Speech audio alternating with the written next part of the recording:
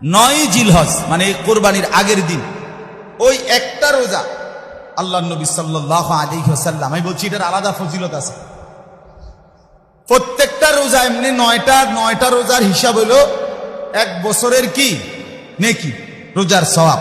কিন্তু শুধু 9 তারিখের রোজা যেটা আরাফার রোজা, আল্লাহর নবী সাল্লাল্লাহু আলাইহি ওয়াসাল্লাম বলেন, একেবারে মুসলিম শরীফের হাদিস, নবীজি বলেন, সিয়ামু ইয়াউমি আরাফা আহতাসিবু আলাল্লাহ আন ইউকাফিরা আস-সানাতা আল্লাতী ক্বাবলাহু ওয়াস-সানাতা আল্লাতী বা'দাহু।